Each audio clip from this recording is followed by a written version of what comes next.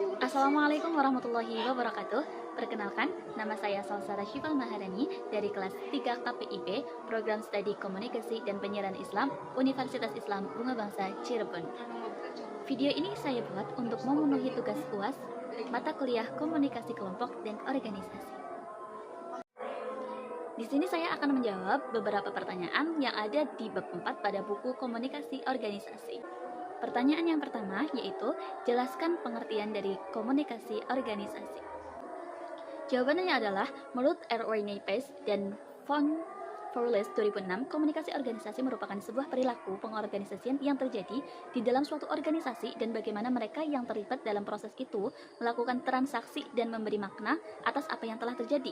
Sedangkan menurut Hugh J. Arnold dan Daniel, komunikasi organisasi adalah suatu proses pertukaran informasi di antara orang-orang yang ada di dalam sebuah dalam organisasi yang melalui proses atau tahapan secara umum meliputi tahapan-tahapan attention, comprehension, true, dan reaction. Yang terakhir, menurut Ron Ludloff dan Fergus Panton Andy 1993, komunikasi organisasi ialah suatu program komunikasi dalam kajian bidang public relation, termasuk di dalamnya mengenai hubungan internal, hubungan pemerintah, dan hubungan investor dalam suatu organisasi. Pertanyaan yang kedua yaitu, bagaimana hubungan komunikasi dengan organisasi?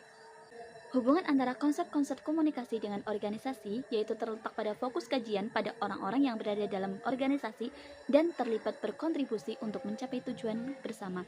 Komunikasi efektif adalah menjadikan setiap orang di dalam organisasi mempunyai persepsi dan perseptif yang sama dalam memahami dan menerapkan visi dan misi organisasi. Pertanyaannya selanjutnya yaitu, jelaskan hambatan pada komunikasi organisasi dan bagaimana cara untuk mengatasinya. Ada beberapa hambatan dalam komunikasi organisasi, yang salah satunya yaitu hambatan fisik terjadi manakala komunikator tidak dapat melihat komunikasi secara fisik karena berbeda lokasi.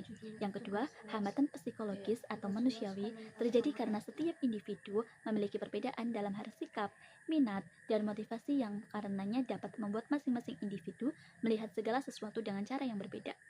Perbedaan ini dapat menciptakan hambatan komunikasi. Yang ketiga, hambatan sosial budaya terjadi karena setiap individu memiliki latar belakang budaya yang berbeda, sehingga akan berbeda pula ketika mengirimkan dan menerima pesan. Yang keempat, hambatan linguistik terjadi manakala dalam proses komunikasi kita memberikan ekspresi yang tidak tepat, penafsiran yang tidak tepat, penggunaan kata yang tidak tepat atau ambigu, serta penggunaan kosakata yang kurang sesuai. Yang kelima, hambatan teknis terjadi manakala ketika seseorang sebagai komunikator menggunakan teknologi untuk mengirim pesan, seperti tata suara yang buruk, sinyal video yang lemah, dan sinyal jaringan telekomunikasi. Yang keenam, hambatan meluber informasi terjadi manakala begitu banyaknya informasi yang ada, namun personal mempunyai keterbatasan dalam menyerap informasi yang ada. Dan yang ketujuh yaitu hambatan literasi digital, adalah hambatan pengetahuan dan kecakapan untuk menggunakan media digital, alat-alat komunikasi, atau jaringan dalam menemukan, mengevaluasi, menggunakan, membuat informasi, dan memanfaatkannya secara sehat, bijak, cerdas, cermat, tepat, dan patuh hukum dalam rangka membina komunikasi dan interaksi dalam kehidupan sehari-hari. Setelah hambatan, ada pula beberapa cara-cara untuk mengatasi hambatan-hambatan tersebut, yaitu 1. Buat dalam bentuk tulisan. Langkah awal untuk menghindari hambatan komunikasi adalah membuat catatan. Catatlah setiap percakapan dan lihat adakah kesalahan dalam proses berkomunikasi. Dengan begini, setiap pihak dapat melihat fakta dan kejelasan yang terjadi dalam proses komunikasi. Yang kedua, buat pemberitahuan akan tenggat waktu. Masukkan dalam kalender Anda tenggat waktu yang telah diperlukan dalam sebuah tugas ataupun proyek. Komunikasikan pemberitahuan ini kepada seluruh anggota tim dan pastikan setiap orang mengetahui tenggat waktunya. Inilah cara untuk menghilangkan hambatan komunikasi yang kedua. Yang ketiga, mendengarkan orang lain. Hilangkan persepsi, pikiran, ataupun perasaan yang Anda buat sendiri. Ini hanya akan membawa Anda pada kemarahan, kekecewaan, dan bahkan stres. Cobalah untuk lebih mendengarkan apa yang dikatakan seseorang. Perhatikan kata-kata dan tujuan yang dimaksud oleh orang tersebut. Jika Anda tidak merasa jelas, mintalah orang tersebut untuk mengklarifikasinya. Mulailah dengan mendengarkan orang lain.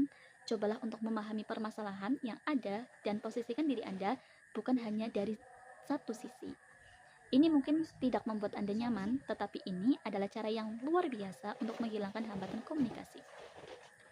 Yang keempat, lebih fokus pada tujuan, tugas atau proyek yang sedang dikerjakan. Langkah selanjutnya untuk menghilangkan hambatan komunikasi adalah menetapkan tujuan yang jelas bagi tim. Tentukan siapa yang akan bertanggung jawab pada apa. Ini akan menjadi landasan yang kuat dalam menjalankan tugas, sehingga tidak ada terjadi miskomunikasi ataupun pekerjaan yang tumpang tindih. Buatlah perencanaan menyakup tujuan, langkah yang akan dilakukan, dan orang yang bertanggung jawab atas terhadap tugas tersebut. Ini menjaga setiap orang tetap fokus dan tahu harus menemui siapa jika membutuhkan sesuatu. Jika Anda menerapkan ini secara berulang-ulang saat terjadinya hambatan komunikasi, perencanaan akan membuat Anda melewati hambatan itu dengan mudah. Pikirkan dan perasaan yang dibuat-buat itu juga akan hilang. Tidak ada lagi ruang diinterpretasi dan persepsi masing-masing. Yang kelima, mengikuti pelatihan. Komunikasi yang buruk akan membawa dampak negatif bagi pekerjaan. Tetapi, memiliki keterampilan komunikasi bukanlah hal yang dapat dilakukan secara kilat. Anda harus berkomitmen, memiliki jiwa pemimpin, dan memiliki rencana yang jelas. Jadi, cobalah untuk mengikuti pelatihan komunikasi yang akan memberikan Anda ilmu, menghilangkan hambatan komunikasi, libatkan juga anggota tim yang lain dalam pelatihan, sehingga setiap orang akan memiliki kesempatan untuk memperbaiki atau bahkan meningkatkan kemampuan. Yang keenam, adakan pertemuan tatap wajah. Cara selanjutnya yang dapat dilakukan untuk menghilangkan hambatan komunikasi adalah mengadakan pertemuan tatap wajah. Pertemuan ini merupakan cara untuk memastikan bahwa setiap orang di dalam tim telah memahami tujuan yang ada. Ini juga mampu membuat tim untuk melihat masalah yang terjadi dan menemukan cara untuk mengatasinya. Yang ketujuh atau yang terakhir yaitu hilangkan pembatas yang hierarki. Jangan takut-takut menentang ide tradisional yang dimiliki oleh organisasi. Hilangkan batasan hierarki yang sering menjadi hambatan komunikasi. Sebagai pemimpin, Anda harus membuat setiap anggota tim merasa bahwa suara mereka juga didengar. Buatlah sebuah forum terbuka untuk memungkinkan setiap orang menyampaikan pendapat dan gagasan yang mereka miliki untuk organisasi tanpa memedulikan gelar yang mereka miliki. Inilah cara agar memudahkan komunikasi yang terbuka dan menghilangkan hambatan komunikasi. Soal yang selanjutnya yaitu bagaimana pengaruh teknologi informasi terhadap komunikasi organisasi. Pengaruh teknologi informasi pada komunikasi organisasi yaitu yang pertama, pengaruh positif. Antara lain, cepat, real time, kolaborasi antar lokasi, hemat biaya, dorong inovasi. Yang kedua yaitu pengaruh negatif, yaitu resiko informasi salah, berlebihan, kurang interaktif, tatap muka, masalah keamanan, dan beban tambahan. Soal selanjutnya yaitu bagaimana peran komunikasi organisasi terhadap kemajuan organisasi. Peran komunikasi organisasi untuk kemajuan komunikasi organisasi yaitu saluran informasi dan arahan tujuan, dorong kolaborasi dan ide baru, bangunan budaya dan kepercayaan, bantu adaptasi terhadap perubahan. Semua ini dapat membuat organisasi lebih produktif dan mencapai tujuan. Cukup sekian yang dapat saya sampaikan. Sekali lagi, video ini saya buat untuk memenuhi tugas UAS mata kuliah komunikasi kelompok dan organisasi. Apabila ada kekurangan, saya memohon maaf yang sebesar-besarnya. Wassalamualaikum warahmatullahi wabarakatuh.